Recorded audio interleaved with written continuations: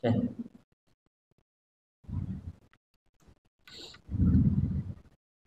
karena lupa kemarin tuh baru sampai mana ya? Nah,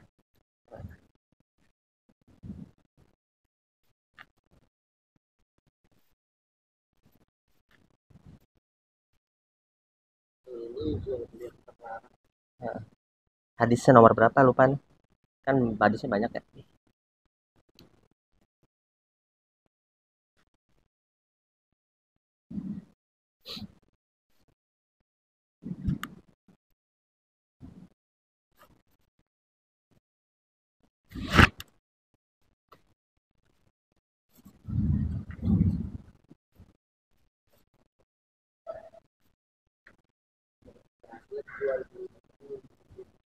Oke.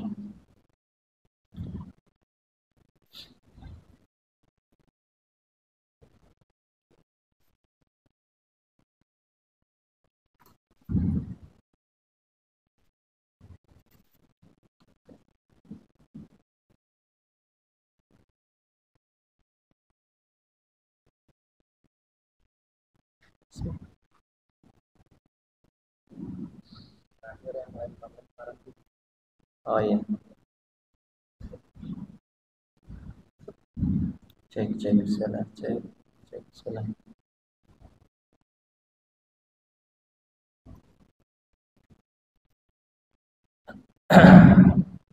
Baik.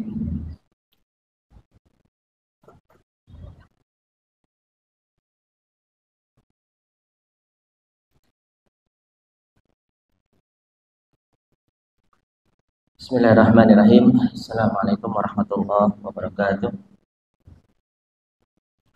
Innal hamdalillah nahmaduhu wa nasta'inuhu wa nastaghfiruh wa na'udzu billahi min syururi anfusina wa min sayyiati a'malina. Man yahdihillahu fala mudilla lahu wa man yudlil fala hadiya lahu. Asyhadu an la ilaha illallah wahdahu la syarika lahu wa asyhadu anna Muhammadan abduhu wa rasuluh. Ya ayyuhalladzina amanu taqullaha haqqa tuqatih wa la tamutunna illa wa antum muslimun. Ya nasu taqu rabbakum alladzi khalaqakum min nafsin wahidah وخلق منها زوجها وبث منهما رجالا كثيرا ونساء واتقوا الله الذي تساءلون به والأرحام إن الله كان عليكم رقيبا يا أيها الذين آمنوا اتقوا الله وقولوا قولا سديدا يصلح لكم أعمالكم ويغفر لكم ذنوبكم ومن يطع الله ورسوله فقد فاز فوزا عظيما أما بعد فإن أصدق الحديث كتاب الله وخير الهدي هدي محمد صلى الله عليه وسلم وشر الأمور محدثاتها وكل محدثة بدعة وكل بدعة ضلالة وكل ضلالة في النار. Hadirin rahimakumullah, Bapak Ibu sekalian, semoga Allah berikan keberkahan, memberikan keistiqomahan di atas dinul Islam. Alhamdulillah kita bersyukur pada Allah Subhanahu wa taala pada hari pagi yang berbahagia ini. Insyaallah kita lanjutkan ya, kajian kita dari kitab Al-Wajiz fi Fiqh Sunnah wal Kitabil Aziz, di Kitabul Buyu, kitab jual beli. Sebelumnya ini agak gemak ya, agak dengung, bisa disesuaikan, disesuaikan. Kasihan yang di atas mungkin nggak jelas. Suaranya agak pecah, dengung ya. Dengung. Kalau yang di bawah jelas nggak? Bawah jelas. Khawatir yang di atas ini gemak. Kalau saya sendiri dengar suara saya nggak jelas karena dengung. Baik, insyaallah kita sudah membahas di pertemuan yang sebelumnya itu hadis tentang masih di bab yang sama ya, masih di bab jual beli yang dilarang ya di dalam syariat. Kita sudah membahas tentang bai'ul gharar. Ya, bai'ul gharar, bentuk-bentuknya, ciri-cirinya dan syurutnya, syarat jual beli gharar yang diharamkan sudah kita bahas. Kemudian bai' ma laysa indahu, jual beli barang yang tidak ada pada penjual atau belum dimiliki. Kemudian bai'ul mabi' qabla qabdihi, jual beli barang sebelum diserah terimakan. Ya, tandanya sampai sini di buku saya. Mudah-mudahan tidak salah ya. Selanjutnya insyaallah kita akan bahas poin yaitu jual beli yang dilarang yang keempat ya. Itu al-bai' ala bai' akhihi. Jual beli atas jualan saudaranya. Kemudian insyaallah nanti kita akan membahas juga tentang bai'ul 'inah ya, jual beli 'inah serta bentuk-bentuknya ya, pola-polanya di zaman sekarang. Kemudian insyaallah kita juga akan membahas tentang bai'ul ajal bi ziyadah bis saman, jual beli tempo dengan pertambahan harga. Meskipun ini sudah sering kita singgung ya, tapi insyaallah kita akan ulas kembali terkait bai'ut taqsid karena ini berkaitan dengan bai'ul 'inah ya, terkait dengan bai'ul 'inah.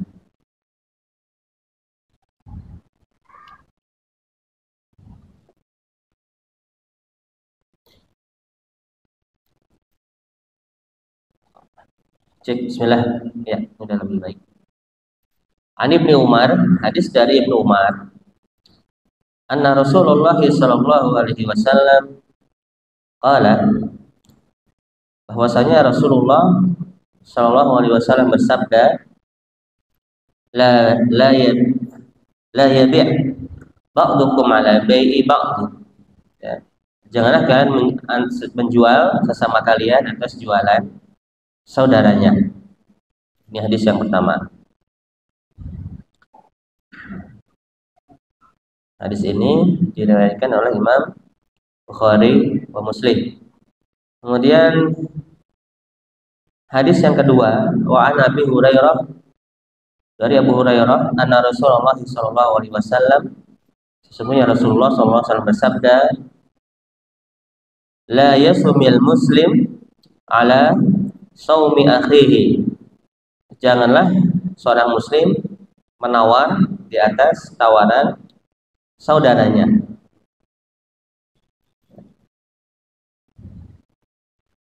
Wala ba'sa bidzalika fi bai'il muzayadah idza kana yuridu syira'.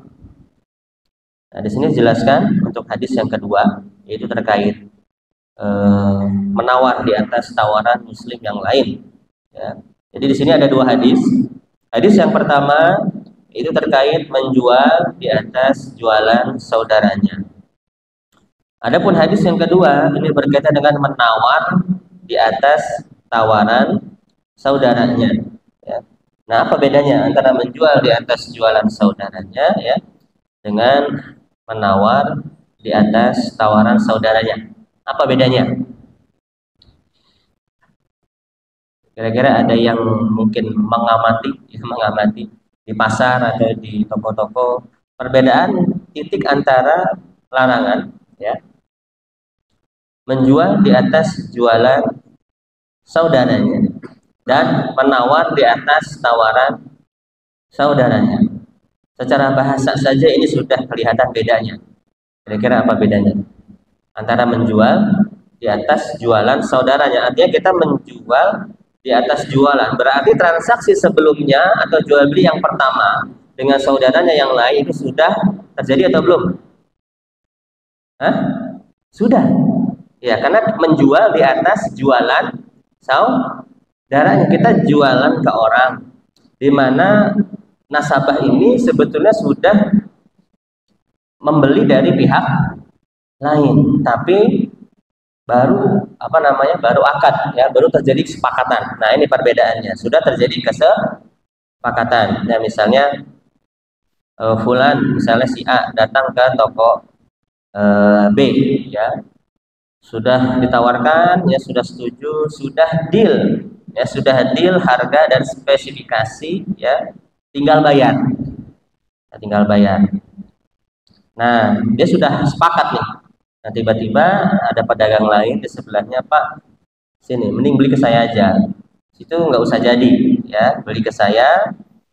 Nanti kalau beli ke saya, insya Allah dapat harga yang lebih murah, ya, dengan kualitas yang lebih baik, kualitas lebih bagus.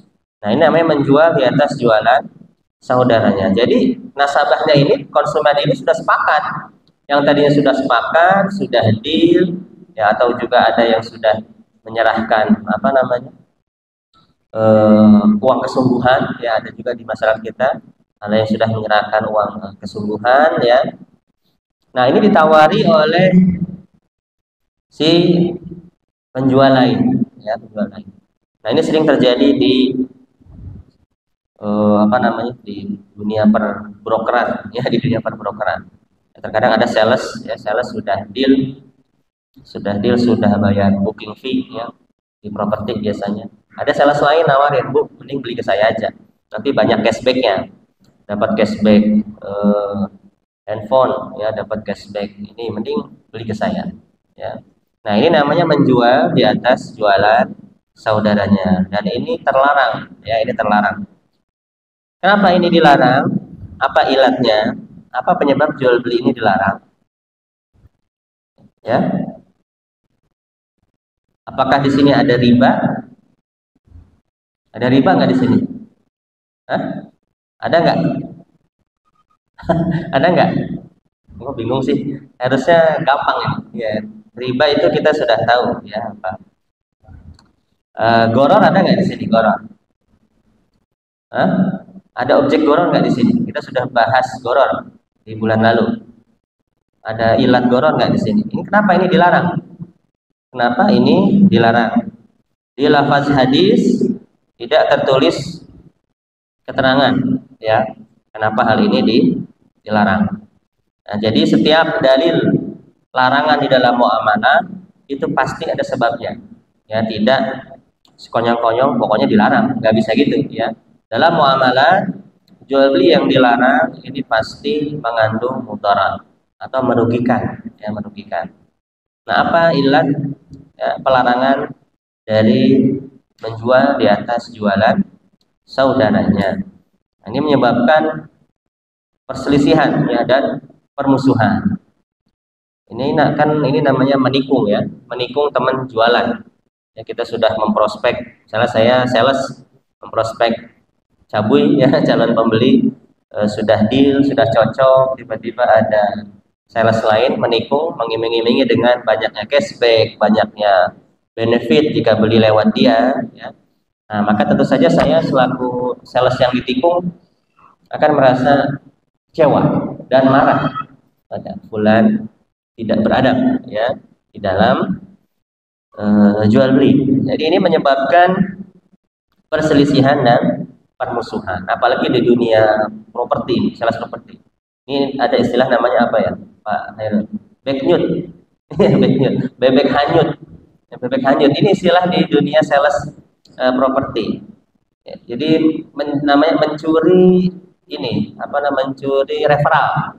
Iya, pencurian referral. Nah, ini menyebabkan permusuhan. Jadi berebut fee, ya, berebut fee, berebut leads, ya. Nah, ini menyebabkan perselisihan dan permusuhan. Kemudian apa bedanya dengan yang larangan yang kedua? Menawar di atas tawaran saudaranya. Oh, sebelum ke sini, ya. Jadi larangan menjual di atas jualan saudaranya ini juga berlaku sebaliknya. Ya, ini juga berlaku sebaliknya, yaitu membeli di atas belian saudaranya. Nah, apa bedanya itu?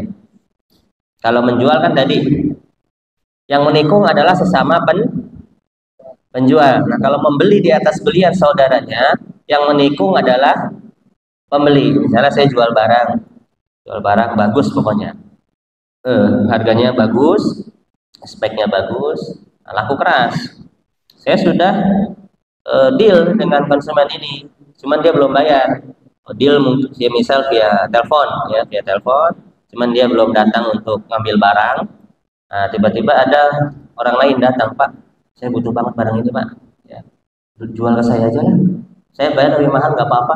Nah, ini namanya membeli di atas belian saudaranya. Nah, ini tentu saja pembeli yang pertama kalau datang saya jual sama yang lain, dia akan komplain, Pak, gimana sih ini Pak Ustadz? Kan saya udah nelpon tadi, saya sudah deal. Cuma emang kadang-kadang saya terlambat datang ke sini untuk ambil barang. Kok dijual ke yang lain? Nah, ini akan menyebabkan perselisihan dan permusuhan. Ya, jadi larangan ini berlaku sebaliknya, ya, yaitu larangan menjual di atas jualan saudaranya, juga sebaliknya membeli di atas belian saudaranya. Dan ini delik pengharamannya adalah az-zulm, ya, kezaliman, mengambil ya hak beli saudaranya yang sudah deal, ya, yang sudah berakad, yang sudah sepakat, ya. Nah, adapun la yasumil muslim ala saumi akhihi, menawar di atas tawaran saudaranya. Nah, maka ini posisinya sebelum terjadi akad jual beli. Jadi baru tawar menawar, ya, tawar menawar.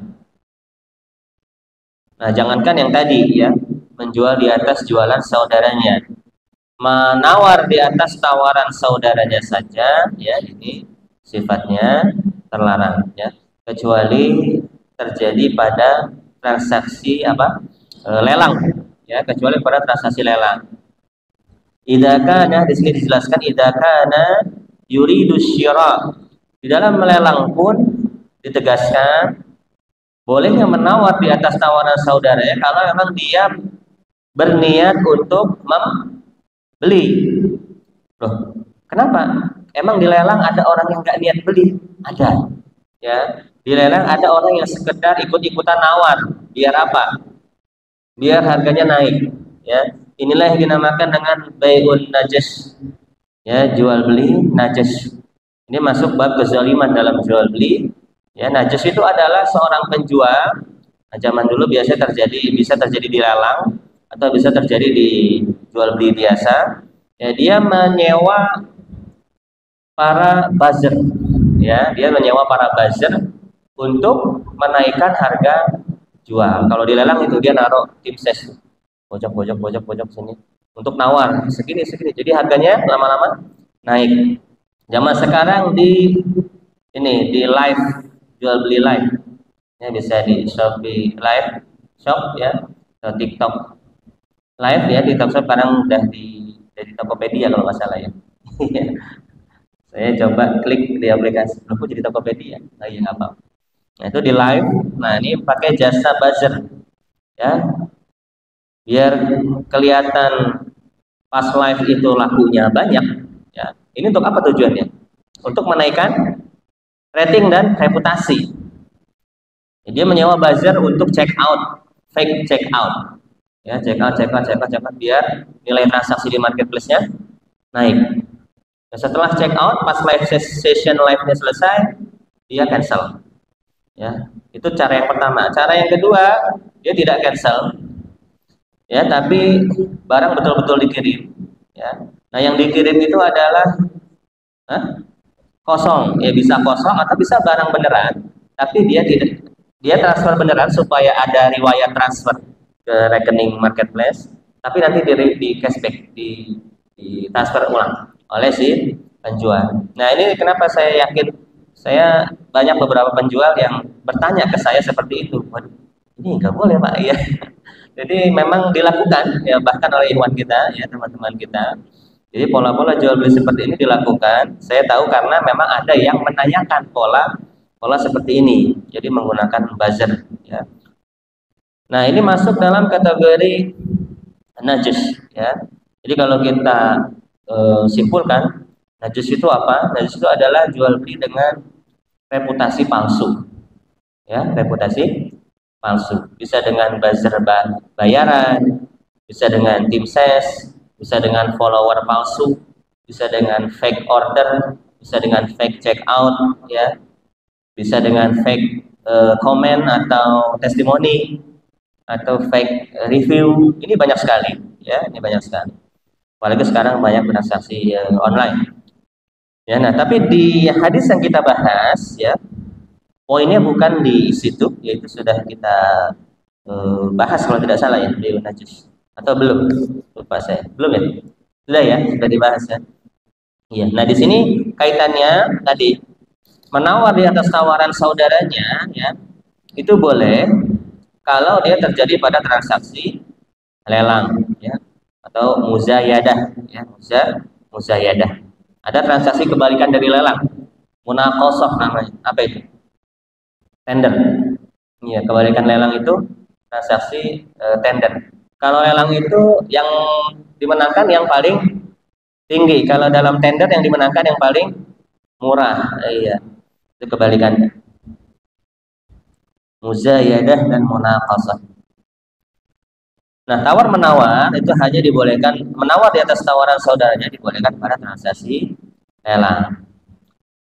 Adapun di dalam transaksi biasa, maka ini sama dapat menyebabkan perselisihan dan permusuhan. Nah, di sini ada pelarangan. Ya, dilarang pun dilarang menawar di atas tawaran saudaranya kalau dia tidak berniat membeli atau dia hanya sebatas buzzer saja, tim sesnya si penjual. Dia tidak boleh melakukan tawaran di atas tawaran saudara dengan tujuan untuk pengelabuan, ya, untuk memanipulasi agar terkesan barangnya itu bagus, cepat laku dan harganya memang tinggi, seperti itu.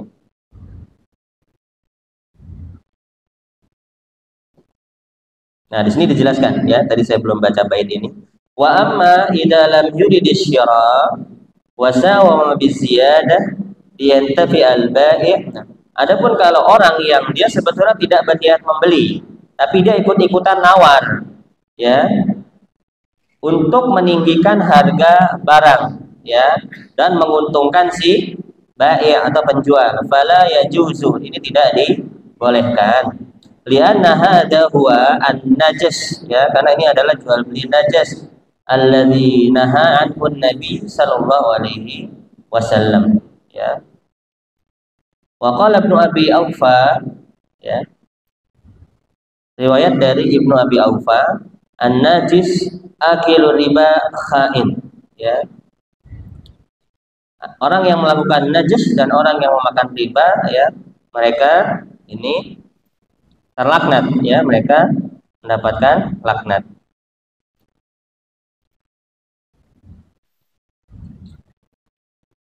Poin yang berikutnya yaitu bai'ul 'ainah. Nah, apa itu bai'ul 'ainah? Ini banyak sekali definisi para ulama, dan kebanyakan definisi-definisi di kitab-kitab klasik itu definisinya seragam, ya, padahal bentuk-bentuk bai'ul 'ainah itu di zaman sekarang itu banyak sekali, ya, banyak banyak sekali.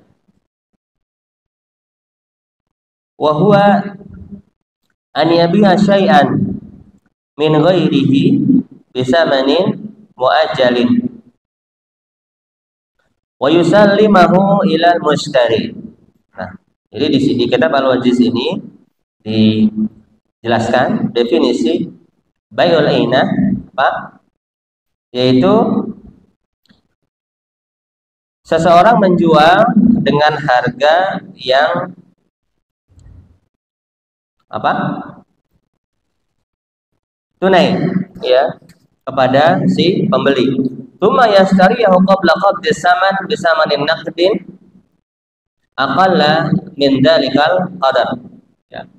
Itu jual beli inah adalah an yabi'a syai'an, seseorang menjual barang min ghairihi, ya, kepada saudaranya atau kepada orang lain bisamanin muajjalin. Ya, apa? Muajjalin ini dengan harga yang tempo. Wa yusallimahu ilal mushtari, kemudian menyerahkannya kepada pembeli. Tsumma yashtariyahu qabla qabdis saman. Nah, di sini lebih spesifik sebetulnya penjelasan teknisnya.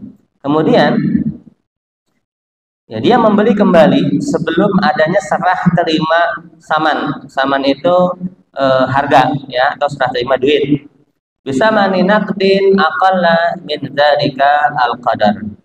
Ya, jadi setelah dia jual, dibeli kembali, ya, secara tunai dengan harga yang lebih rendah, ya, dengan harga yang lebih rendah. Nah, ini pola yang pertama, atau terkadang terjadi pola yang kedua, ya, seseorang. Ini kan orang menjual barang secara kredit, nah, tidak tunai. Terus dibeli kembali secara tunai, ya, dibeli kembali secara tunai dengan harga yang lebih murah, ya. Nah, atau pola-pola yang banyak terjadi di zaman sekarang itu, ya, sebaliknya, ya. Seorang menjual secara tunai, kemudian dibeli kembali secara kredit, ya, dibeli secara dengan harga yang lebih mahal, ya, dengan harga yang lebih mahal. Nah, ini kebalikannya, ya, ini kebalikannya dari yang diceritakan di kitab Al-Wajiz ini. Nah, ini keduanya sama, ini keduanya adalah bai'ul 'ainah. Tapi yang perlu kita garis bawahi, ya, di bawah ini, ya, inilah yang membedakan antara apa namanya, jual beli dua ini, karena ini banyak terjadi di pembiayaan, ya. Ini di pembiayaan multiguna, ya, multiguna. Jadi produk ini di masyarakat kita sekarang ini banyak terjadi di pembiayaan apa? Multiguna, pembiayaan multiguna. Dengan apa? Dengan istilah menyekolahkan sertifikat, ya, atau menggadaikan sertifikat SHM atau BPKB, ya, BPKB. Nah, pembiayaan multiguna ini di masyarakat ini ada yang syariah, ya, sesuai dengan syariah, ada yang riba. Nah, yang riba itu kalau dia ini polanya adalah bai'ul 'ainah, ya, bai'ul 'ainah. Nah, poin yang perlu kita garis bawahi dari penjelasan Syekh Abdul Azim Al-Badawi yaitu di lafaz tsumma yashtariyahu qabla qabdis saman, ya. Kemudian dibeli kembali, ya, sebelum serah terima duit, ya, bisa manin naqdin. Nah, ini, ya. Jadi akad ini terjadi dua kali. Sebelum akad yang pertama itu terjadi serah terima, ya. Nah, ini poin titik kritis yang membedakan antara bai'ul 'ainah dan jual beli, ya, multiguna yang sifatnya syariah, ya. Kalau jual beli multiguna yang dijual oleh lembaga keuangan syariah yang ada, ya. Nah, ini harus syarat sahnya itu adalah harus terjadi qabad. Harus terjadi serah terima. Jadi kalau nasabah punya BPKB, ya, mobil atau SHM rumah, itu dibeli dulu oleh pihak perbankan. Ya, dibeli dulu oleh pihak perbankan, ya. Nah, itu serah terima dulu. Ya, serah terima. Barangnya serah terima, ya. Surat-surat yang diserahkan kepada pihak lembaga keuangan, ya, barangnya pun dibawa, ya. Nah, setelah serah terima baru nanti tanda tangan, apa namanya, wa'ad bisyira, ya, janji beli, ya, janji beli kembali, ya. Yang sebelum itu, ya, akad ini biasanya digabung dengan apa namanya, akad IMBT, ijarah muntahiyah bitamlik. Nah, jadi kalau di pembiayaan multiguna yang syariah itu, masyarakat misalnya punya BPKB. Nah, ini dijual kepada pihak lembaga keuangan. Otomatis nasabah dapat uang cash, ya, dapat uang cash. Nah, setelah dapat uang cash, mobil ini punya siapa berarti?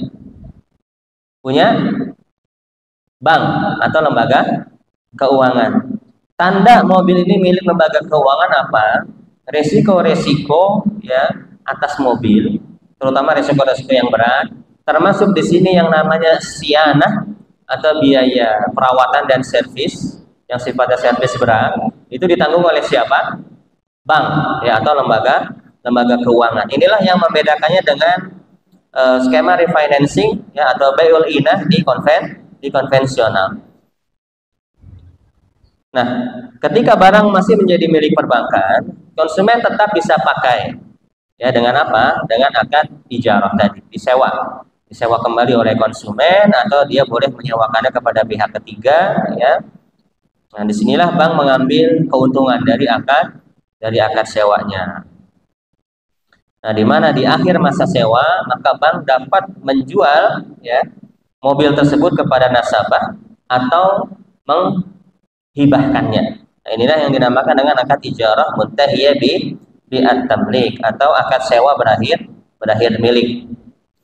Ini sudah agak memusingkan bahasanya, ya, sudah agak memusingkan. Nanti kalau ada yang bingung, tafadhol ditanyakan, ya. Nah, jadi kita sekarang sedang membahas bai'ul inah, ya, bai'ul inah. Bai'ul inah itu di masyarakat sekarang masih ada atau tidak? Ada. Ya, jadi saya mengkiaskan dengan atau menjelaskan dengan contoh-contoh di masyarakat agar sebetulnya lebih mudah dipahami, ya. Kalau kita melihat kitab, misalnya kita tidak melihat transaksi di lapangan nih, baca kitab atau mendengarkan penjelasan ustaz. Jual beli inah adalah jual beli di mana seseorang menjual secara kredit, ya, penjual menjual kepada pembeli secara kredit, terus dibeli kembali oleh si penjual secara tunai, ya. Loh, maksudnya apa sih ini, ya? Tujuan dari jual beli ini itu apa sebetulnya? Jadi kalau kita sekedar membaca naskah atau membaca lafaz hadis, kita tidak bisa mengetahui maksud dan tujuan, ya, jual beli inah itu apa, ya. Nah, kalau kita melihat di lapangan pola-pola bai'ul inah, ada orang menjual kredit dibeli kembali tunai atau sebaliknya, ya, menjual tunai dibeli kembali secara kredit. Ini maksud dan tujuannya apa? Untuk mendapatkan duit, ya, untuk mendapatkan duit atau pembiayaan multiguna. Ya, apakah semua jual beli, ya, yang bertujuan mendapatkan duit atau jual beli tujuannya sebenarnya hanya untuk pertukaran, ini terlarang? Terlarang nggak? Yang saya jualan nih tujuannya sebetulnya nggak pengen barangnya, cuma pengen nuker aja, ya, supaya ingin nuker duit aja sehingga harganya lebih tinggi. Apakah semua pola-pola seperti ini dilarang? Tidak, ya. Karena di dalam beberapa hadis Nabi Shallallahu Alaihi Wasallam, trik-trik pertukaran komoditas riba itu dilakukan bukan tujuan untuk mendapatkan apa namanya,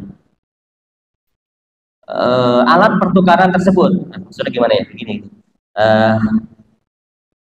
Bapak Ibu pernah mendengar tentang larangan menukar kurma ya, kurma yang sejenis. Nah, solusi yang diberikan oleh Nabi SAW adalah jual dulu kurma yang sejenis ini ya, sehingga menjadi uang, baru kemudian dibelikan kurma dengan jenis yang lebih baik ya, dengan yang grade yang lebih baik.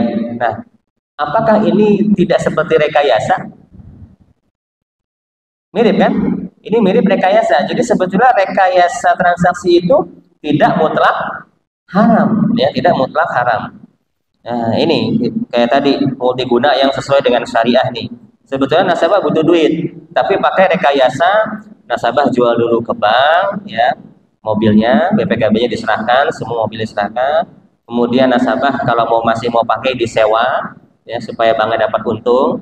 Disewa, setelah disewa nanti bisa diakhiri dengan akad jual beli atau diakhiri dengan akad hibah, ya. Nah, ini seperti rekayasa, tapi ya berbeda dengan riba, ya, berbeda dengan riba. Kenapa? Karena di setiap tahapan ini terdapat apa? Terdapat perpindahan resiko, ya, terdapat perpindahan resiko. Ya, coba yang kurma tadi, kalau kita tukar kurma sama kurma. Saya punya kurma yang jelek. Apa kurma yang jelek biasanya? Jenis apa biasanya? Hah? Kurma apa sih yang jelek itu namanya? Sukari mah bagus. Sukari. Ya pokoknya kurma jelek lah. Saya punya kurma jelek tapi banyak. Nah, saya pengen tuker kurma ke Pak Ronald, kurma ajwa atau kurma sukari lah yang lebih bagus. Tapi saya bilang saya punya 10 kilo. Ya nggak apa-apa lah Pak Ronald tuker dengan kurma sukari 7 kilo. Ya. Jadi Pak Ronald dapat kurma lebih banyak meskipun jenis grade-nya lebih rendah. Nah, ini secara definisi muamalah ini transaksi apa? Hah? Riba ya. Riba apa itu? Riba buyuk ya, atau riba bai, riba jual beli. Karena tukar menukar kurma dengan kurma itu harus sama kilonya. Ya, tapi kenapa nggak boleh? Ada guror di situ. Ada kebiasaan nilai. Coba. Saya tadi bilang, saya punya 10 kilo. Ditukar 7 kilo. Setara nggak itu? Ada jaminan setara nggak? Nggak ada. Ya, tidak ada jaminan kesetaraan karena nggak ada tabelnya tuh kurma kholas misalnya setara dengan kurma sukari sekian kilo banding sekian kilo. Ada tabelnya nggak? Nggak ada. Ya. Nah, daripada kita nggak tahu kesetaraannya, maka dipastikan dulu, dijual dulu agar menjadi rupiah, baru dibelikan kembali kurma yang baru. Ini kan rekayasa. Tapi di situ ada maslahat nggak? Ada perpindahan resiko nggak? Ada, ya. Sedangkan kalau ditukar langsung, ya pertama ada gharar, kemudian nggak ada kejelasan standar, ya, tidak ada kejelasan standar. Ya. Nah itu, jadi di setiap larangan itu ada hikmah. Nah perbedaan antara bai'ul inah dengan yang syariah, ya, dengan definisi yang syariah, di dalam bai'ul inah ini tidak terjadi perpindahan resiko, makanya digarisbawahi oleh penulis, ya, yaitu summa yashtariyahu qabla qabdis saman, ya, dia dibeli kembali, ya, sebelum serah terima duit, ya. Jadi transaksinya ini cuma sekedar rekayasa dan tidak ada perpindahan resiko seperti itu. Nah, jadi kita mulai membiasakan nih, kalau ada satu model transaksi di masyarakat, meskipun terkadang kelihatannya sama produknya, tapi ternyata ada konsekuensi yang berbeda. Misalnya di lembaga keuangan konvensional menjual kredit multiguna, di syariah pun menjual kredit multiguna. Ini bedanya di mana? Kita harus paham. Di lembaga keuangan konvensional menjual asuransi, di lembaga keuangan syariah pun menjual asuransi. Bukan dua-duanya kita haramin sama-sama, ya, karena produknya dan namanya sama, tapi kita lihat konsekuensi apa yang berbeda, ya. Nah, itulah ranah kita di majelis ilmu, ya, mempelajari perbedaan antara transaksi yang sah dengan transaksi yang tidak sah. Titik sah dan titik tidak sahnya di mana? Nah, itu yang kita pelajari. Ya, jadi bai'ul ina ini merupakan rekayasa riba. Nah, contoh-contohnya banyak sekali. Tadi ya produk multiguna, ya, kredit multiguna dengan menggadaikan sertifikat, ya. Ini bisa terjadi yang namanya bai'ul ina, tapi bisa disiasati sekali lagi. Ya, saya selalu menyeimbangkan pembahasan transaksi yang haram dengan solusinya. Ya, karena sering dituntut sama jamaah, Ustadz ini ya bisanya haram-haramin doang, kasih kita duit dong. Banyak yang seperti itu, bukan kasih solusi tapi terang-terangan minta duit, ya, di inbox, di sosmed saya, di Facebook, di IG, dimanapun. Ustadz, kalau ini haram itu haram, maka kasih saya utang, kasih saya uang supaya saya bisa bangkit, ya. Loh, kenapa nggak dari dulu, Pak? Ya, sebelum mengambil riba, ya, itu dipikir dulu, ya. Jangan pas udah terkena sialnya minta bantu orang lain tanpa bunga, ya, seperti itu. Terus kalau kita nggak bisa bantu, kita dimarah-marahin. Gimana ini Pak Ustadz, ya, bisanya mengharamkan doang tapi tidak bisa memberikan solusi. Nah, sekarang di setiap pembahasan pengharaman saya akan menjelaskan solusi, ya. Bai'ul ina, pola-pola refinancing, ya, gadai sertifikat, menyekolahkan sertifikat, ini adalah aslinya, prakteknya ini adalah praktek-praktek konvensional. Oleh karena itu, dan itu merupakan bai'ul ina, ya, bai'ul ina. Nah, para ulama di bidang ekonomi syariah membuat produk, ya, solusi untuk pembiayaan multiguna tadi dengan akad apa? Yang pertama dengan akad IMBT, ya, ijarah muntahiyah bitamlik. Kemudian dengan akad musyarakah mutanakisah, ya, dengan akad musyarakah mutanakisah. Nah, apa bedanya pembiayaan multiguna yang dengan hanya akad ijarah muntahiyah bitamlik dan dengan akad musyarakah mutanakisah? Ini sebetulnya bedanya hanya di persentase kepemilikan aset, ya. Perbedaannya hanya di persentase kepemilikan aset. Kalau akad IMBT murni di bank syariah, ya, akad IMBT murni itu nilai barang sepenuhnya dibeli oleh pihak perbankan. Tentu saja sebelumnya melalui proses yang namanya proses appraisal. Ya, misalnya saya punya BPKB mobil, nih Bang, saya digadein laku berapa? Nah, gitu bahasanya. Ini akan diappraisal. Nah, ini bisa naik atau bisa turun. Jadi appraisal ini penilai aset yang itu menilai nilai ekonomis pasar, ya, laku berapa. Misalnya mobil saya harga saya jual 100 juta. Ternyata pas di appraisal laku 120 juta, ya. Nah, maka saya mendapatkan uang 120 juta.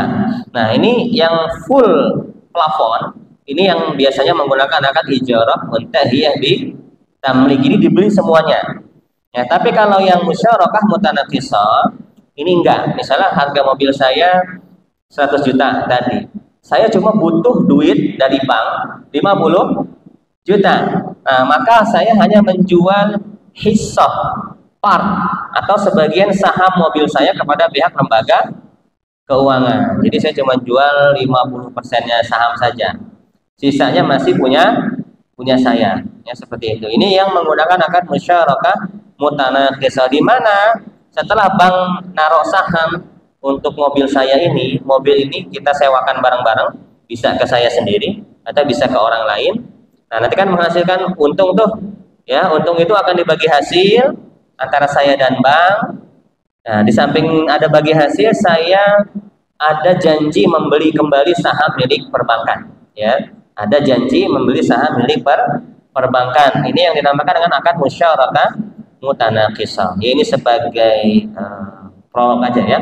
Belum kita bahas akad MMQ, akad IMBT secara rinci di bab ini, syurutnya dan teknisnya, karena nanti bisa mumet, ya, bisa pusing. dikit-dikit. Sekarang kita masih membahas yang berkaitan secara umum pola-pola bai'ul inah, ya, bai'ul inah di masyarakat. Ya, jadi kalau kita lihat bai'ul inah, ya, ini sebetulnya dia mengakali riba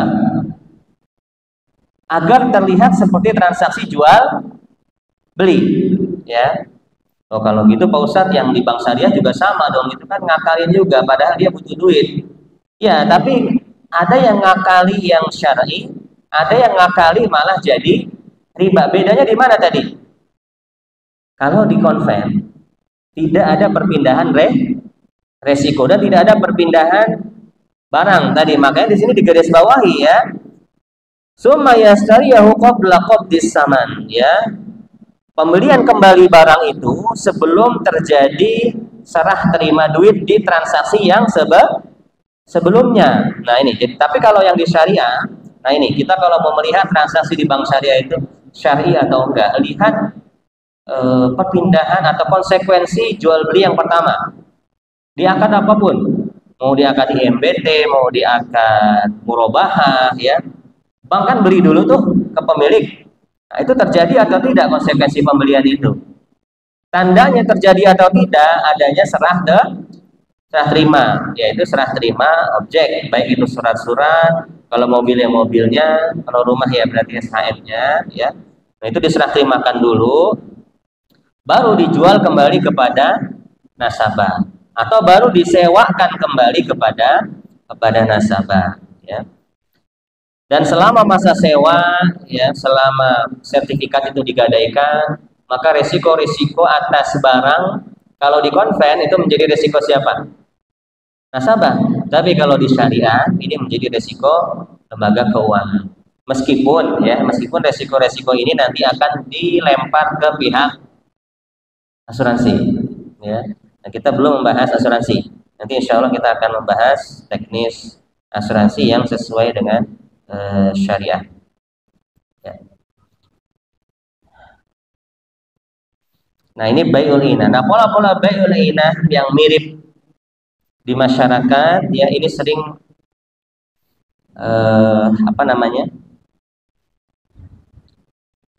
dibahasakan, ya. Kita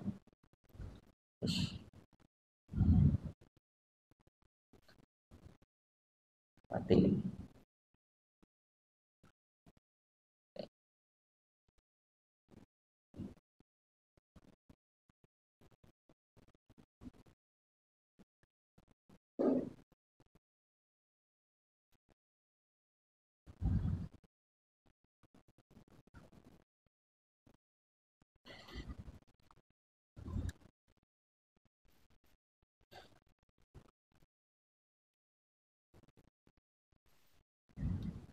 Ya, jadi bai'ul inah ini oleh para ulama dimasukkan ke dalam kelompok transaksi yang dinamakan dengan istilah at-tahayul, ya, tahayul, ya, atau rekayasa riba dengan inah. Nah, rekayasa riba ini sebetulnya bentuknya banyak, ya, tidak hanya dengan bai'ul inah. Nah, ada pola lain dinamakan dengan qalbud dain, ya, membalik hutang. Nah, apa itu membalik hutang, ya? Qalbud dain.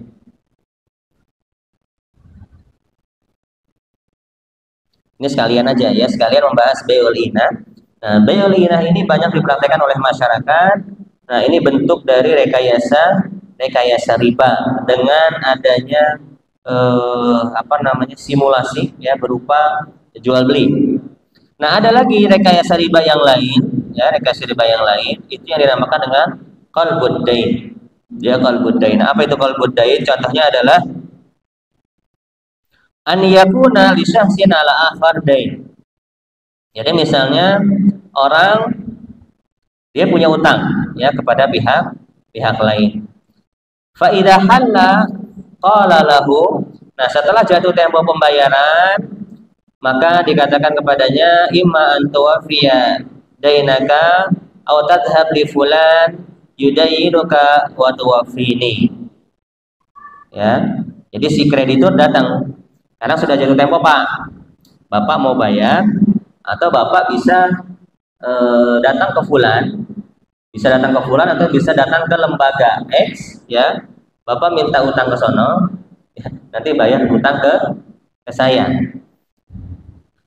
Wa yakunu baina da'in al-awwal wasani ittifaq musbaq fi anna kulla wahidin minhuma yudayyin gharimin sahibihi li wa fihi thumma yu'id ad-dain alaih marra ukhra li wa fihi da'in al-jadid. Nah, jadi saya misalnya kreditur menagih kepada Bapak, ya, pada Bapak utang pas jatuh tempo. Ternyata Bapak nggak punya duit. Silakan Bapak pergi ke Fulan, ya, atau ke lembaga Fulan. Saya sudah bekerja sama dengan dia, ya, untuk menalangi, ya. Nanti utang ke beliau, ya, bayar ke saya, nanti Bapak nyicil lagi ke beliau.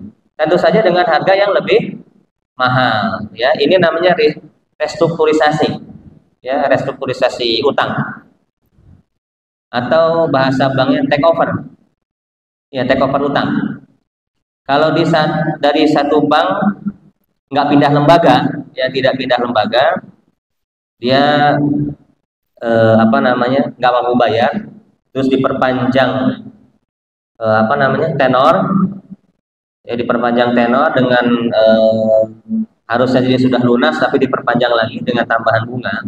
Ini namanya jadwalatud dain, ya, jadwalatud dain. Ini riba jahiliyah, ya. Orang yang nggak mampu bayar disuruh dipanjangin masa tenor, ditambahkan nilai piutang, ya. Ini restrukturisasi atau jadwalatud dain, ya. Nah, kalau beda lembaga, ya, bank ini misalnya nggak terima nih, udah Pak, Bapak punya utang kan? Nah, kalau nggak mau bisa ke sana, bisa minta ke bank sana, ya, take over utangnya, nanti saya lunas, Bapak ngutang ke sana, ya. Nah, ini oleh para ulama, ya, disebut qalbud dain, ya, membalik hutang. Itu pola yang pertama. Atau sebaliknya, ya, atau bisa juga gini, yang dimaksud dengan qalbud dain, membalik hutang. Ini kan tadi kasus yang pertama, dia punya utang, ya. Nah, kasus yang kedua, ada nasabah ini sebetulnya bukan punya utang, tapi punya piutang. Ya, ini biasanya supplier ini. Ada supplier nggak di sini? Ada supplier ya? Kan biasanya supplier itu kendalanya di bisnisnya apa sih? Duitnya macet. Instansi itu bayarnya lama, telat. Nah, di Bogor ini banyak hotel. Biasanya supplier sayur, ya, ATK itu nyuplai ke hotel-hotel. Bayarnya itu biasanya pakai giro. Ya, giro itu minimal dibayar itu bulan depan, jatuh tempo, ya. Ada yang sampai bulan depan, 2 bulan, atau bahkan ada yang sampai 6 bulan baru dibayar. Nah, inilah yang menyebabkan banyaknya pebisnis supplier yang bangkrut dalam keadaan untung. Ya enggak? Dia untung tapi bangkrut. Kenapa? Macet, nggak ada modal buat muter. Instansinya pesan terus tapi bayarnya nanti. Akhirnya dia butuh terus modal, ya kan? Modal buat memenuhi pesanan yang berikutnya. Nah, ini. Nah, untuk mengantisipasi ini, maka lembaga riba menyediakan produk yang namanya apa itu? Pembiayaan invoice financing. Ya, invoice financing. Jadi kita punya tagihan. Nah, punya tagihan ini bisa dikasih ke lembaga keuangan, ya, Pak. Saya punya invoice di hotel ini nih, hotel sebelah misalnya, hotel X. Invoice-nya nilainya 10 juta. Dia bayarnya bulan depan, tapi saya butuh duit sekarang. Ya udah, dia di appraisal, ya. Dapatlah saya dari bank itu dari nilai utang 10 juta dapat berapa? 8 juta misalnya, karena nggak mungkin 100% pencairan itu, ya. Biasanya 80%. Saya dapat 8 juta. Nanti ketika si hotel yang mencairkan itu langsung masuk ke pihak bank. Ya, ini dikenal juga dengan istilah giro mundur. Ya, giro mundur. Ngambil dulu, ya. Padahal belum jatuh tempo, tapi saya butuh duit. Bisa ditangani dulu oleh bank, saya dapat duit. Nanti hotel atau instansi bayar langsung ke hotel bisa, atau lewat saya dulu nanti auto debit ke pihak bank. Ya. Nah ini juga rekayasa riba, ya rekayasa riba. Ya, apakah ini mau dibilang jasa? Jasa, karena nah ini salah satu produk syariah yang terus terang saya belum setuju. Ya, saya belum ketemu logikanya. Invoice financing dengan skema syariah. Meskipun ada di fatwa DSN MUI. Invoice financing dengan skema syariah dengan akad wakalah bil ujrah. Wakalah. Kok wakalah sih? Yang punya ke wakalah di mana coba? Ya, jadi DSN MUI memberikan solusi untuk invoice financing karena memang masyarakat butuh produk ini. Ya, invoice financing dengan akad wakalah bil ujrah. Di mana wakalahnya? Nah, jadi saya punya invoice. Datanglah ke lembaga syariah, bisa bank, bisa fintech. Nah, sekarang ada fintech tuh. Ya, fintech yang menjual invoice financing ya. Nah, saya dapat card. Ya, dapat card senilai invoice. Cardnya sih tanpa bunga. Nah, cardnya tanpa bunga. Tapi di situ saya harus bayar jasa penagihan dengan akad wakalah bil ujrah. Dengan akad nanti yang nagihin utang saya ke hotel siapa? Pihak bank. Dan itu saya harus bayar. Kenapa? Karena bank butuh untung. Coba logikanya masuk nggak? Ini sah atau tidak seperti ini? Kalau di logika saya ini belum masuk. Kenapa? Karena saya datang ke bank butuh duit apa butuh penagihan? Jasa penagihan. Hah? Butuh duit kan? Ini belum masuk ya. Belum masuk, betul tanpa ditagih oleh bank pun di invoice sudah tertera akan cair pada tanggal sekian. Nah, jadi kita kalau butuh jasa memang kita membutuhkan manfaat ya, membutuhkan manfaat. Ada kerja yang dilakukan, ada kerja yang betul-betul dibutuhkan oleh si nasabah. Nah, tapi dalam hal invoice financing, apakah si nasabah ketika datang itu membutuhkan jasa itu? Butuh nggak? Nggak butuh, dia nggak butuh. Karena pembayaran itu sekarang sifatnya apa? Transfer kan? Ya transfer dia pasti akan langsung masuk ke rekening atau sesuai jatuh tempo gironya dia pasti langsung akan bisa dicairkan ya di bank yang terkait seperti itu. Nah ini saya belum masuk ini ya pendekatannya di produk syariah untuk invoice financing ya untuk invoice financing.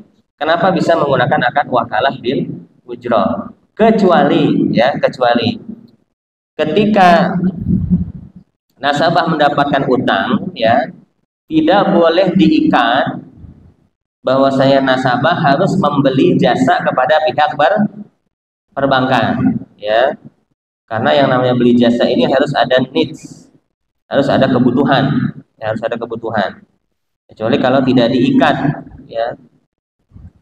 Nah itu pengikatan ini ya memang para ulama berbeda pendapat. Ada yang membolehkan pengikatan ya, saya beli ke Anda tapi Anda nanti harus sewa lagi ya gitu. Seperti akad ijarah muntahi bitamlik yang tadi. Atau saya ngasih utang Anda ya, tapi nanti Anda beli sewa ke saya ya. Nah, beli sewa ke saya. Nah, ini justru masuk ke larangan yang berikutnya. Larangan yang berikutnya di poin ke 8. Ya, ini kita sedang membahas poin yang kelima. Di poin yang ke-8 ada larangan yang spesifik ya. Salafun wa bai'un. Ya, yang bawa kitab atau yang pegang PDF. Itu di poin yang ke-8 itu ada larangan salafun wa bai'un. Ya, jadi Nabi SAW melarang la yahillu salafun wa bai'un. Rasulullah melarang utang digabung dengan akad jual beli. Nah, tadi di produk invoice financing bergabung antara akad hutang qard senilai invoice dengan transaksi jual beli ya, atau sewa menyewa, yaitu wakalah jasa ya, wakalah jasa penagihan. Sudahlah di sini bermasalah apakah seorang orang tersebut membutuhkan jasa penagihannya ya. Di sini juga bermasalah kalau biaya jasa itu melambung tinggi dari harga normal, maka termasuk larangan menggabung antara akad hutang dengan akad jual beli. Yang di sini sifatnya apa? Ini akan memunculkan riba ya. Menggabung akad hutang dengan jual beli ini akan muncul riba. Dari mana muncul ribanya? Karena orang yang butuh duit, butuh utangan, itu pasti mau membeli jasa yang ditawarkan oleh kreditur meskipun harganya mahal ya. Nah, produk ini pun ada di produk gadai emas syariah ya, gadai emas syariah. Nah, jadi dua produk ini yang saya belum masuk logika ya, kenapa ini bisa ya, dan kalaupun memang bisa dengan persyaratan tertentu, saya yakin prakteknya ini susah banget. Jadi gadai emas syariah itu orang gadai emas ya, tanpa bunga. Memang utang ini tanpa bunga, tapi orang yang gadai harus bayar biaya sewa jasa titip barang gadai.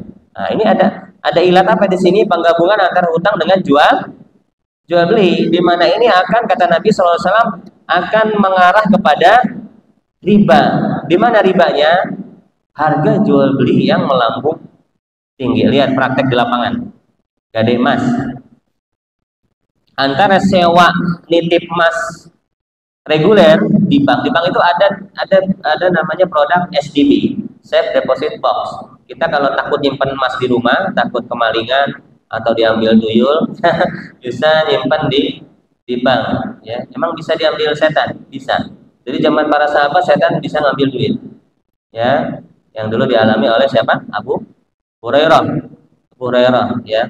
Nah, ini bahasannya ntar panjang. Ya, jadi kalau kita mau aman, simpan di, punya emas batangan banyak nih, Pak Ronald, emas batangannya banyak ya. Bisa simpan di bank. Nah, itu ada biaya sewa per bulan. Bandingkan antara biaya sewa tanpa kita butuh utang dengan biaya sewa kalau kita butuh utang. Ya. Kalau ternyata biayanya sama, sudah nggak ada masalah berarti ya. Lupakan tuduhan-tuduhan yang ini. Tapi kalau ternyata mahal, berarti benar apa yang disabdakan oleh Nabi SAW, bahwa saya jangan sekali-kali menggabung antara akad hutang dengan akad jual beli. Karena orang yang butuh duit, ketika disuruh membeli barang punya kreditur atau membeli jasa dari kreditur, dia akan manut saja meskipun harganya mahal ya. Jadi digadai emas ya, orang nggak kena bunga, tapi harus bayar biaya sewa titip barang gadai dengan harga yang jauh lebih tinggi ketimbang harga sewa reguler. Nah, ini yang bermasalah ya, disinilah yang bermasalah ya. Jadi double akad yang dilarang ya, masyarakat banyak yang mengira double akad itu haram ya. Nah, double akad yang haram itu adalah yang ada nasnya hanya ini, yaitu dilarang double akad atau menggabungkan antara hutang dengan jual beli, karena ini rawan terjadi riba ya, rawan terjadi riba. Meskipun para ulama menyebutkan larangan ini sifatnya saddu adzari'ah, yang sifatnya adalah preventif, mencegah terjadinya riba. Kalau sifatnya preventif seperti ini, apakah ini memungkinkan riba itu tidak muncul?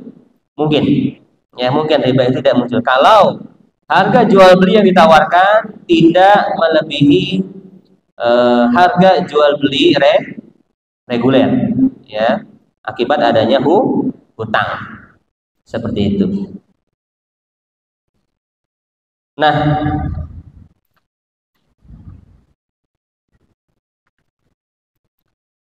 oke ya. Tadi kita sudah membahas pola-pola rekayasa riba ya di kitab ini, yang poinnya memang berkebetulan masuk di dalam bai'ul inah ya, bai'ul inah. Nah, sehingga saya menjelaskan pola-pola rekayasa riba yang lain, yaitu qalbud dain ya, qalbud dain dan salaf wa bain ya, jual beli dicampur dengan hutang ya, jual beli dicampur dengan hutang. Jadi memang pola-pola riba yang berkamuflase menjadi jual beli itu banyak sekali, ya.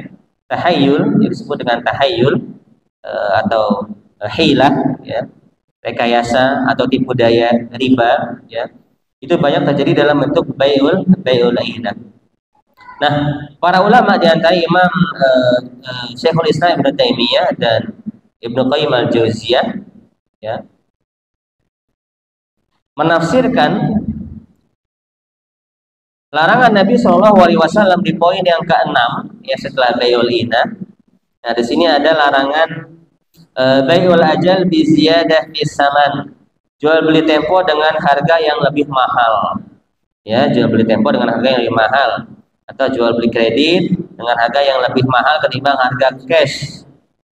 Ya, di sini penulis membawakan hadis man ba'a bai'atain fi bai'ah falahu aw kasuhuma awir riba.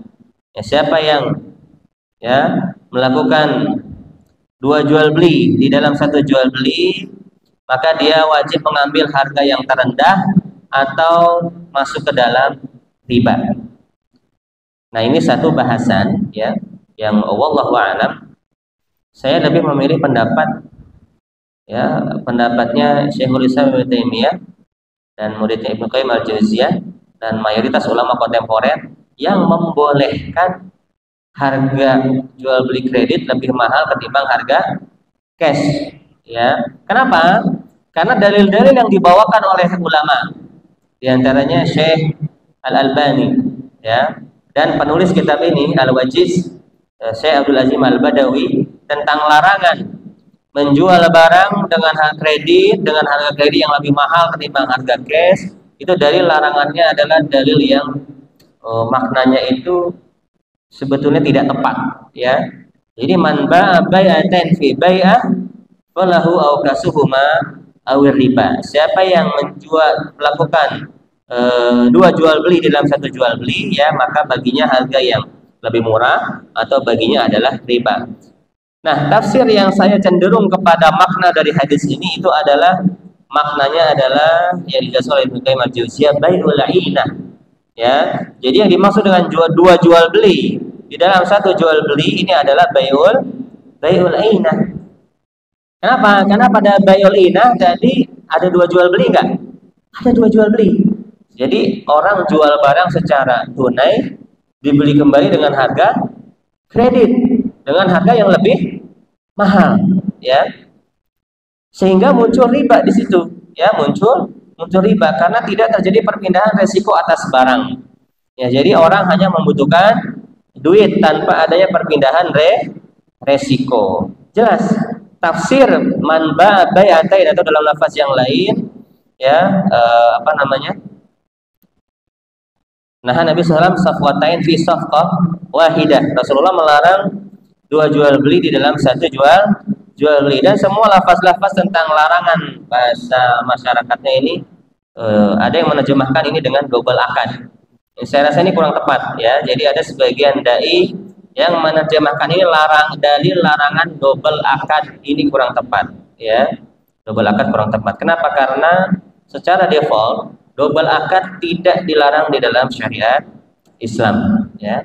Yang dilarang itu double akad bercampur kalau dia memunculkan riba, ya. Jadi double akad tidak dilarang secara zatnya, tidak dilarang karena dia semata-mata double, tidak, ya. Jadi double akad dilarang kalau dia double dan dia menghasilkan riba, itu baru terlarang. Tapi kalau double akad bergabung dan tidak memunculkan ilat keharaman, karena sebagaimana kita ketahui keharaman itu hanya ada 3, ya, di dalam muamalah: riba, gharar, dan zalim. Nah, kalau double akad ini memunculkan riba atau memunculkan gharar, maka berarti itu dilarang. Nah, sebagaimana larangan Nabi SAW tadi, la yahillu salafun wa bai'un. Nah, Nabi melarang double akad antara hutang dengan jual beli karena ini akan sangat memungkinkan muncul riba, ya, sangat memungkinkan muncul riba, yaitu orang yang berhutang akan cenderung terkena harga tekan, sehingga kalau dia suruh beli barang yang mahal pun dia akan mau, ya. Atau dia suruh membeli barangnya nanti suruh menjual, ya, Karena ada dua, ya. Salah baik itu kadang si yang ngutang ditawari barang dengan harga yang mahal, atau sebaliknya, yang berhutang harus menjual barang kepada si kreditur dengan harga yang murah. Ada juga yang seperti itu. Contohnya para petani. Ya, para petani ini banyak dapat kredit lunak, pinjaman lunak dari para tengkulak. Pinjaman lunak tanpa bunga. Tapi syaratnya apa? Semua hasil panen harus diserahkan kepada tengkulak dengan harga yang di bawah. Ya, inilah hikmah pelarangan Nabi Shallallahu Alaihi Wasallam melarang dari jauh-jauh hari utang itu jangan sekali-kali dicampur dengan akad jual beli, karena orang yang utang itu akan cenderung terkena harga tekan, baik dia berstatus sebagai pembeli dalam kasus apa tadi, gadai mas syariah, ya gadai, atau dia berstatus sebagai penjual dalam kasus petani, ya seperti itu. Nah, larangan man ba'a bai'atain, ya di poin yang ke-6 ini, ya memang penulis ini supaya saya tidak mengkhianati amanah ilmiah penulis kitab, ya. Karena penulis kitab di sini cenderung kalau saya lihat cenderung kepada pendapat yang mengharamkan jual beli kredit dengan harga kredit lebih mahal ketimbang harga tunai, ya harga cash, ya. Padahal secara nas, ya secara dalil hadis yang dibawakan tentang Nabi SAW man ba'a bai'atain fi bai'ah, bahwasanya jual beli dalam satu jual beli, ya kata para ulama, ya ini yang lain di antara Syekhul Islam Ibnu Taimiyah dan Ibnu Qayyim al-Jauziyah, ini maknanya adalah bai'ul inah, ya jual beli inah, di mana dalam pola bai'ul inah tadi yang sudah kita bahas di poin yang pertama, di pembahasan yang pertama, itu memang terjadi adanya jual beli, ya terjadi adanya rekayasa jual beli, ada dua jual beli, ya yang satu beli secara kredit, yang satu beli secara tunai, ya jadi yang beli tunai lebih murah, yang beli kredit lebih mahal. Orangnya dia aja tuh, tapi ada dua jual beli. Sedangkan pada skema jual beli kredit, apakah di situ terjadi dua jual beli? Ada dua transaksi jual beli nggak ketika akad dalam jual beli kredit?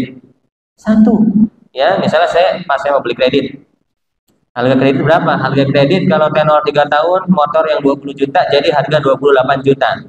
Bapak mau cash apa mau kredit? Ini udah akad belum? Udah akad jual beli belum? Belum, ya udah saya beli kredit aja.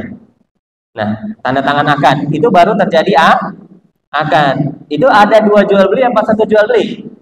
Satu, ya. Makanya ya pendapat yang lebih kuat, dan inilah yang masuk secara logika, ya, bahwa larangan Nabi SAW tentang dua jual beli dalam satu jual beli ini lebih tepat kepada makna bai'un inah, bukan pada bai'un taqsid sebagaimana di kitab Al-Wajiz ini, ya, bukan kepada jual beli kredit yang dimana sebetulnya hanya terjadi satu skema transaksi jual beli. Adapun penawaran, kalau cash sekian, kalau kredit setahun sekian, kalau kredit 3 tahun sekian, kredit 5 tahun kendaraan maksimal sekian. Ini sudah terjadi akad jual beli atau belum? Belum. Ini baru sifatnya apa? Penawaran, simulasi, proyeksi, ya bahasa-bahasa seperti itu. Ya proyeksi. Kadang brosur bank itu, ya brosur bank yang kredit setahun sekian, 3 tahun sekian, itu sifatnya baru gambaran, proyeksi. Kenapa? Karena orang yang mau beli biasanya butuh simulasi, ya butuh proyeksi. Kadang juga ada yang langsung menuduh di komunitas anti riba itu, ya men-screenshot ini tabel cicilan KUR kredit usaha rakyat Bank Syariah. Tuh kan bener Bank Syariah jualan riba katanya, dikasih caption Bank Syariah sama aja dengan Bank Konven. Lihat nih tabel KUR-nya. Ya, kok KUR udah ada harga-harganya kalau 3 tahun sekian. Padahal itu sifatnya hanya sekedar simulasi, ya sekedar simulasi. Adapun nanti transaksinya disesuaikan dengan mau beli apa nih orang nih, ya mau beli apa, mau sewa apa, baru ditentukan berapa kreditnya. Nah, jadi terkadang itu ya salah paham dengan simulasi. Jangankan orang zaman sekarang, ya Sebagian para ulama zaman dulu pun terkecoh dengan bahasa simulasi, ya simulasi. Jadi jual beli kredit dengan penawaran kalau kredit sekian dengan tempo sekian maka harganya berarti sekian. Ini sudah terjadi jual beli atau belum? Belum, ini baru simulasi dan terbukti para ulama sebagian terkecoh, ya. Di antaranya yang berpendapat demikian adalah penulis Al-Wajiz ini, Syekh Abdul Azim Al-Badawi, kemudian Syekh Al-Albani, ya, dan para ulama yang lain, ya.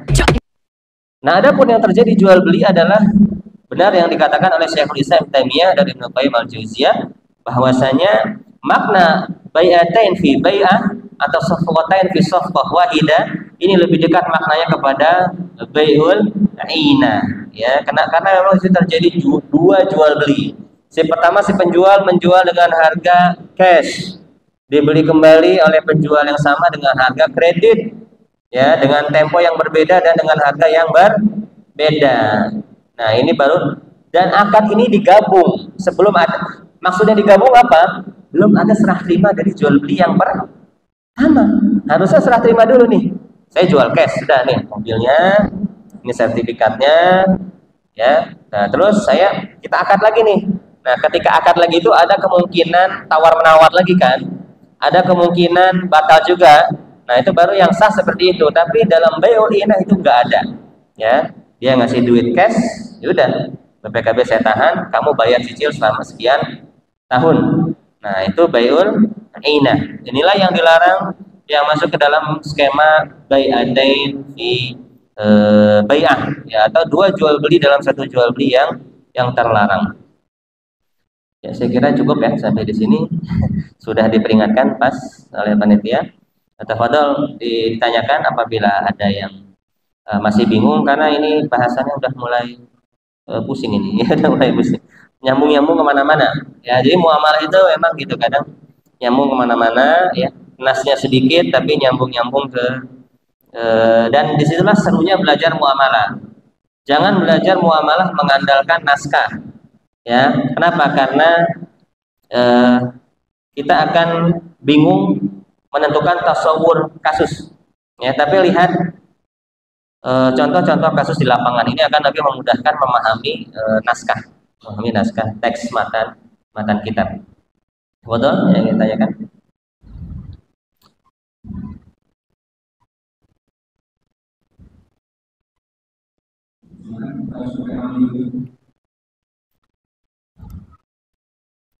Assalamualaikum warahmatullahi wabarakatuh. Nama saya Ya. Pertanyaan terkait dengan kami alami nanti pada suatu hari kami sudah mengadakan kunjungan ke wahana wisata. Kunjungan ke wahana wisata. Dikarenakan rombongan kami mencapai ribuan. Nyampe apa? Ribuan. Terlihat normal. Salesnya memberikan diskon antara 10%. Oke. Nah, ketika di jalan, di tengah jalan negosiasi, salesnya menyampaikan dapatnya lebih dari 10% yang didapat oleh rombongan kami. Silakan Bapak bisa menghubungi pimpinan kami, yaitu atasan dari sales itu. Nah, pertanyaannya adalah apakah jual beli yang dilakukan sales A pertama dan saya akan melanjutkan di sales B itu atasannya termasuk dijual di atas jual saudara itu? Sebentar, saya belum paham. Yang jual beli yang pertama itu nggak ada serah terima, maksudnya serah terima tiket? Belum. Baru via call, telepon. Nah, di negara karena kami masih program kami banyak sekali, masa ini saya bisa pertanyaan. Nah, ternyata kami diarahkan ke atas sales untuk jika ada permintaan diskon lebih tinggi. Nah, apakah ketika kami mengunjungi sales atasannya itu termasuk yang kaitan dengan jual beda sales ini pihak yang sama atau tidak? Atasannya Oh, atasannya, artinya masih satu pihak kan? Ya nggak ada masalah kali ini, nggak ada masalah. Karena tidak ada hak yang diambil, ya tidak ada leads yang diambil, ya. Nah tadi kita katakan ilat pengharaman menjual di atas jualan saudaranya itu kalau ada pengambilan referral, ya pengambilan referral yang harusnya beli barang sama si fulan, ya tapi ini sudah terjadi kesepakatan ditawari oleh sales lain dengan iming-iming yang lebih murah atau sebagainya, sehingga ada kerugian yang dialami oleh si penjual yang pertama, ya atau si sales yang pertama, sehingga dia nggak dapat fee closing atau dia nggak jadi jualan, ya padahal sudah akan hingga beli ke tempat lain ada barang yang mandek. Nah jadi ilatnya ada yang dirugikan. Nah sekarang apakah sales yang pertama dalam kasus tadi ada yang dirugikan? Mungkin bisa jadi karena barangkali Ya. Mungkin barangkali bisa jadi karena misalnya harus 1 bulan sekian ratus ribu orang barangkali. Jadi yang didapat adalah atasannya. Iya. Tapi belum ada transaksi ya. Oh, kalau belum ada transaksi nggak masalah. Yang dilarang itu kalau sudah terjadi transaksi, sudah deal, sudah booking, ya itu baru dilarang. Seperti itu. Wallahu a'lam. Baik, ada yang lain? Silakan, Bapak. Mana? Ini dulu, Toyota. Assalamualaikum.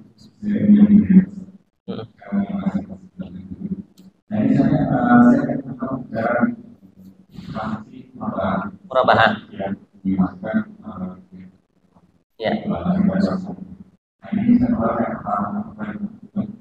Ketika transaksi jual beli jika itu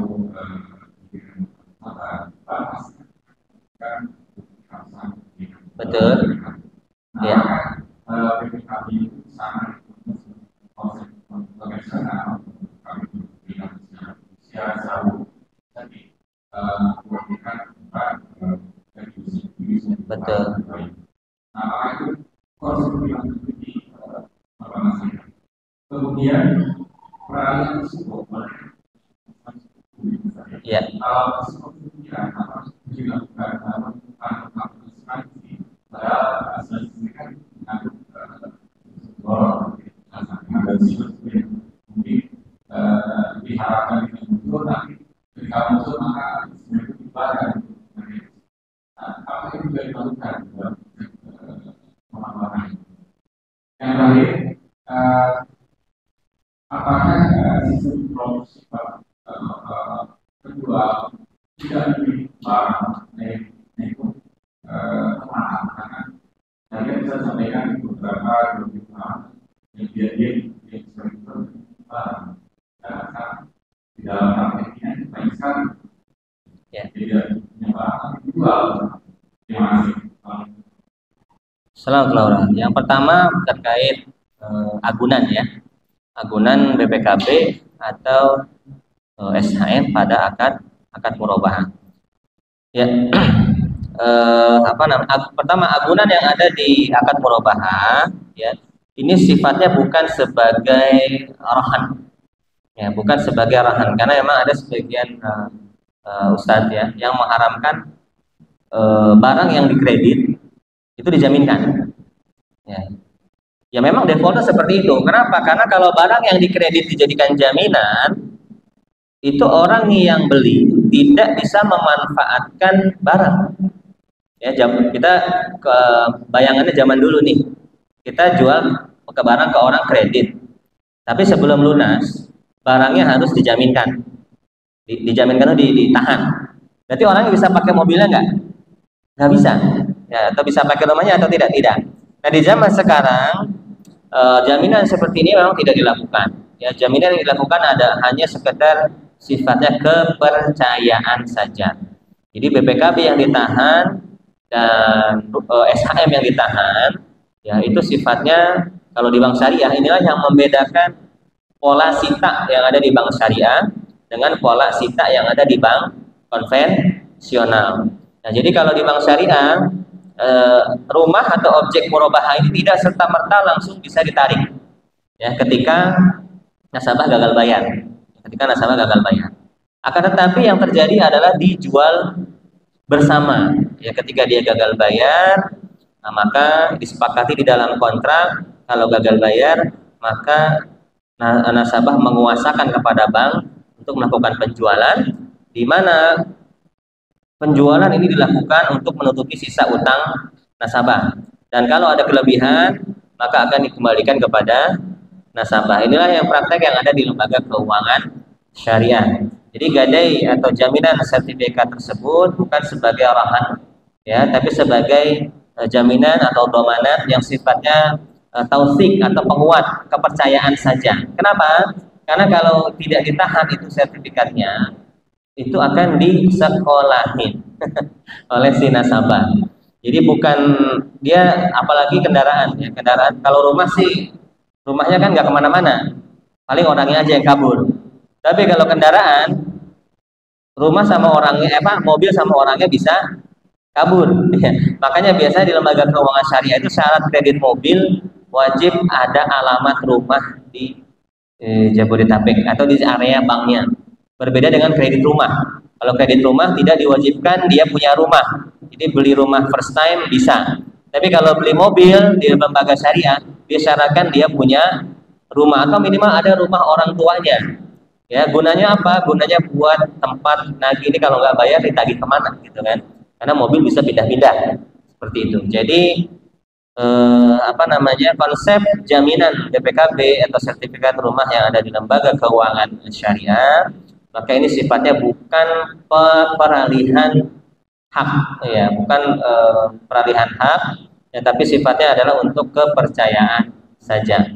Meskipun pada prakteknya untuk mitigasi resiko, pembuatan akta fidusia itu ada, ya, pembuatan akta fidusia itu ada di lembaga keuangan syariah, ya, fidusia notaris itu ada, ya, akta pengikatan utang itu ada. Tapi prakteknya saja yang dibedakan. Artinya kalau nasabah gagal bayar di bank syariah, tidak serta-merta rumah itu atau mobil itu langsung diangkut oleh bank. Ya seperti di konvensional, langsung tuh pas nggak bayar ada matalang, matalang dicegat di jalan, dirampas, ditarik. Nah ini nggak boleh, ya ini nggak boleh. Kalau di bank syariah tidak seperti itu. Tapi yang ada adalah diwakalahkan untuk dijual bersama, ya. Nah setelah terjual, di sebagian digunakan untuk menutupi utang, kalau ada lebih diberikan kepada nasabah. Nah ini kadang masyarakat banyak salah paham dengan sita yang ada di bank syariah. Saya awal ngehnya gini, pas banyak masyarakat dapat broadcast jualan rumah tanpa denda tanpa sita, ya. Pas saya tanya ke developer yang properti syariah yang tanpa sita, Pak maksudnya tanpa sita gimana? Kalau nasabah gagal bayar? Oh gini Pak Ustadz, jadi kalau gagal bayar, ya rumahnya kita jualin lagi sama developer, dijualin, pas kejual, ya udah sisa cicilan dia yang kemarin kita balikin tuh, ya, atau dibayarin, ya, ke kita buat. Nah kalau gitu sama aja dong kayak bank syariah, saya bilang. Terus ngapain digembar-gemborin tanpa sita? Seolah-olah di bank syariah itu juga ada sita, padahal sama aja ternyata antara skema sita yang di bank syariah dengan skema sita yang ada di properti syariah tanpa bank itu sama ternyata pas saya tanyain. Kemudian masyarakat juga salah paham masalah tanpa sita. Nah karena banyaknya tagline tanpa sita gini nih, akhirnya masyarakat meyakini sita itu haram. Padahal sita itu masyru', sita itu sah. Ya bahkan ayat sita ada di dalam Al-Quran. Di surat Al-Baqarah ayat 283, Allah berfirman, wa in kuntum ala safarin wa lam tajidu katiban farihanum maqbudah. Kalau kamu dalam keadaan safar dan tidak mendapatkan seorang notaris atau saksi, maka hendaknya ada barang jaminan, ada rahan yang diserah terimakan. Guna dari barang jaminan untuk diapakan? Disita. Ketika pihak debitur tidak mampu untuk melakukan pembayaran. Ini sita ada di Al-Quran. Bahkan di dalam hadis Nabi SAW, Nabi bermuamalah dengan orang Yahudi dan baju perangnya tersita. Qadarullah sampai beliau SAW wafat, nggak sempat ditebus, tersita statusnya oleh seorang Yahudi dalam transaksi jual beli makanan gandum ketika itu. Ya, jadi ini masyarakat terkadang terpengaruh oleh tagline syariah, ya, tanpa denda, tanpa sita, tanpa wakalah, tanpa asuransi, tanpa sita, ya. Akhirnya persepsi masyarakat adanya wakalah, adanya asuransi, adanya sita udah pasti haram, ya. Padahal belum tentu, ya. Ada sita yang sesuai dengan syariah, ada yang tidak. Ada asuransi yang sesuai dengan syariah, ada yang tidak. Pokoknya semua bentuk muamalah hukum asalnya adalah mubah. Menjadi haram kalau dia terdapat riba dan gharar. Kalau riba dan ghararnya bisa dihilangkan, maka hilanglah keharaman itu. Ya. Nah, kemudian pertanyaan yang kedua tadi terkait dengan apa? Asuransi, ya. Betul, asuransi yang ada di lembaga keuangan syariah. Nah, sekarang itu menggunakan asuransi syariah. Bedanya di mana? Kenapa di asuransi syariah yang ada di bank syariah itu tidak riba? Bedanya di pokok akad. Kalau asuransi konvensional itu akadnya adalah komersial, ya, komersial. Jadi saya bayar asuransi ke perusahaan, bayar, ya.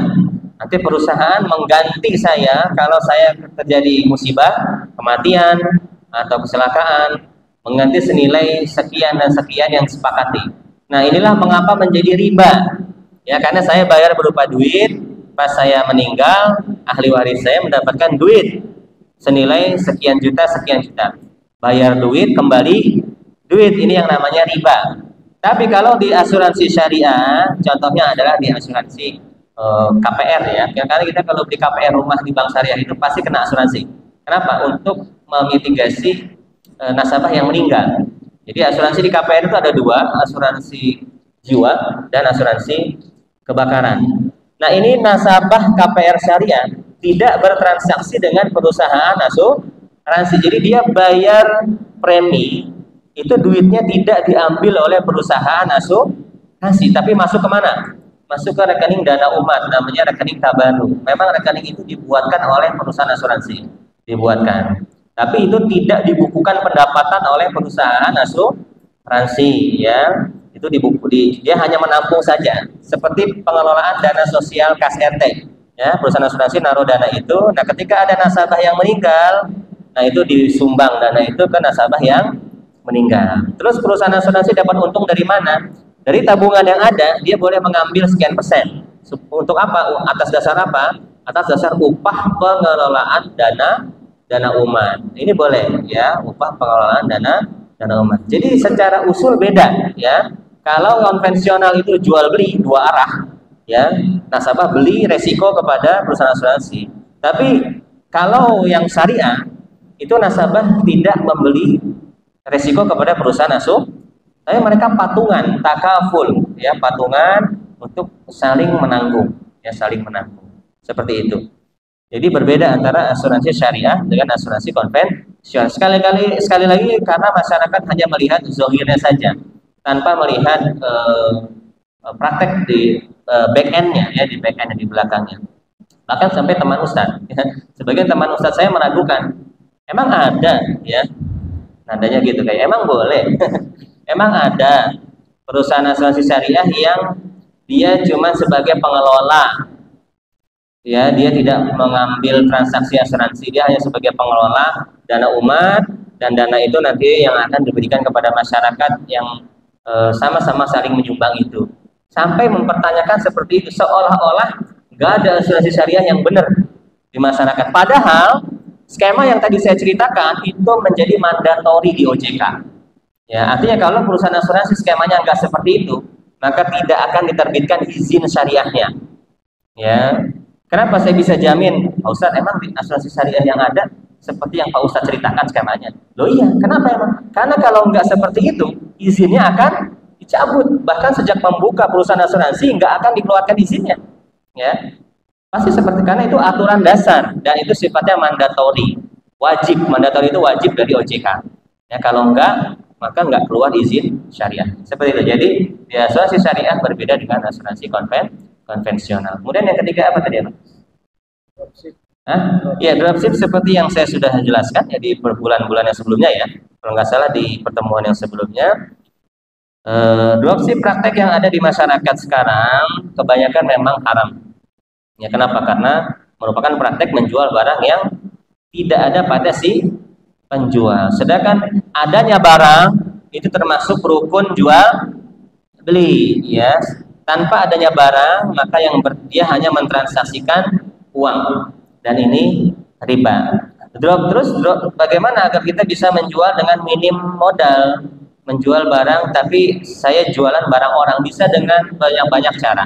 Bisa dengan akad wakalah, bisa dengan akad salam. Ya, wakalah. Beda wakalah dengan dropship di mana?